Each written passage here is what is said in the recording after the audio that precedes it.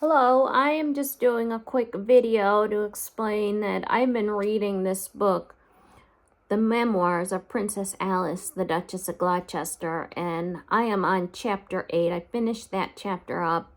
It's 29 chapters. They're short chapters, and I've been reading this for YouTube and anybody that's willing to listen to her very interesting story. She lived to be 102 years old.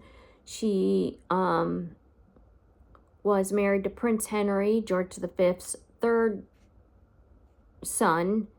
He was born after Princess Mary of the Princess Royale, and he is the third son. He lived one of the longest living sons because Prince George died, the Duke of Kent. George VI died, so he was one of the longest living of Queen Mary's son.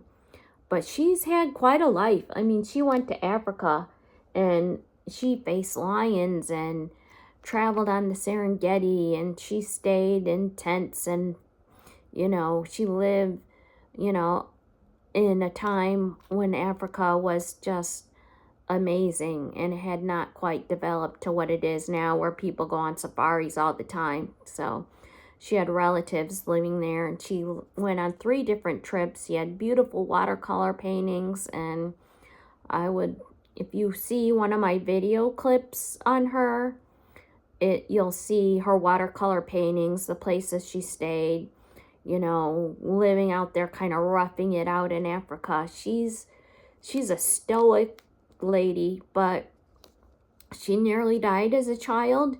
And so she committed herself to God and made a covenant that she wanted to live and serve people.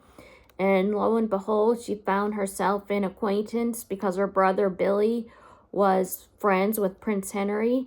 And she met him, and it wasn't a very eventful romance, but in the beginning, but she was so dedicated to him. When he had his stroke, she was dedicated to the family. She was dedicated to the royal family, and she served so well. I mean, look at her in this. This is her 80th memoir of her at 80, and I have one of her, and this is on book. This particular book is her 90th memoir.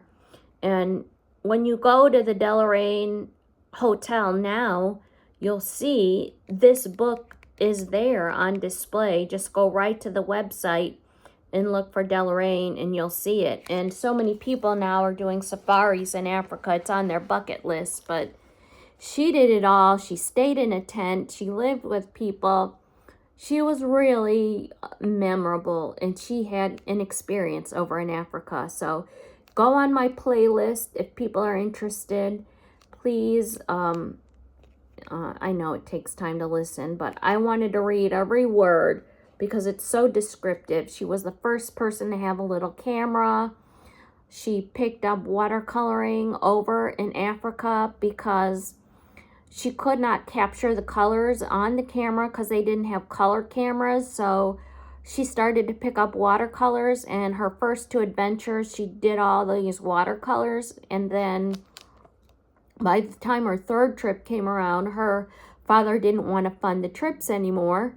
And so she funded the trips with her watercolor paintings. So you can see it. I mean, it's an interesting royal to support the kings and the monarchies when they live this kind of life. And they should be highlighted, what they do. And they're such a model for how the minor royals or working royals are to live their life. It was a good life of service.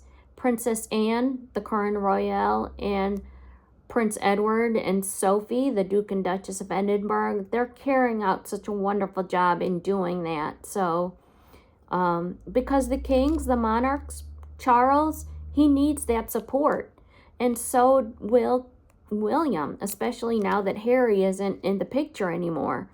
I mean, he won't have that support. And I just often wonder, what will happen for William, because he needs that support.